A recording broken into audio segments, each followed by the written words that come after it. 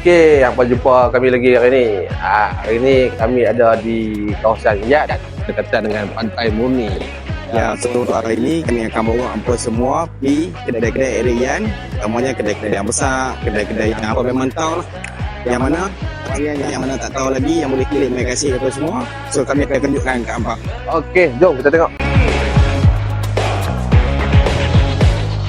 Sesuatu yang baru ku sadari kau tinggal. Okey guys, untuk lokasi pertama kita, lah ni kita ada di Pasaraya Awang. Sesuatu yang harusnya terjadi kau sakit. Okey, Mami Daddy yang mana tak tahu lagi pasal produk Midori ni. So dekat packing kami ni, kami ada terangkan beberapa kelebihan.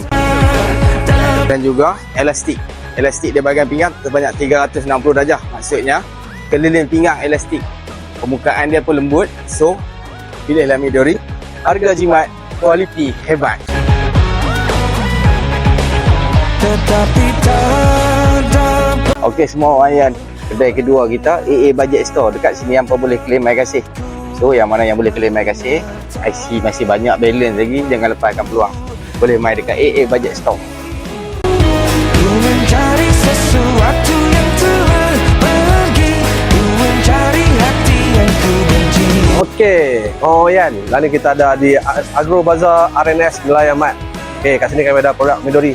Hati yang ku benci. Orang Yan yang mana yang lalu nak ke Alostak dan ke Kuala Kedah, kalau ke sana daripada Yan sana, kau boleh singgah di SY Express Mart. Betul-betul di pertengahan jalan. So kalau kata tak dan tekan duit ke apa boleh pakai IC tau, boleh claim mai kasih. Okey, orang Yan, terutama orang-orang yang duduk kat Ruat. Lah ni kita ada di Osmani Store. Okey, kat sini kita ada masuk Wizi dan Midori convenient. Orang-orang kampung Wat jangan lupa mai kedai kami, kedai Osmani Store. Okey, orang Yan. Lah ni kita ada di kedai runcit Tukri. Ku mencari sesuatu yang telah pergi. Okey. Salah satu tempat kami yang ada di Yan ni, kedai runcit Haji Osman. Ku mencari, Boleh claim mai kasih. ku mencari tetap tak dapat ku temui.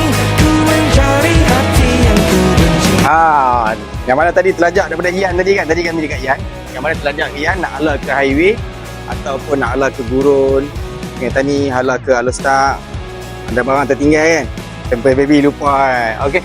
Apa boleh mai ke Long Wan Gua Cipedak ni untuk beli barang-barang apa yang perlu. Kat sini pun boleh claim mai kasih. Harga barang Long Wan pun murah-murah.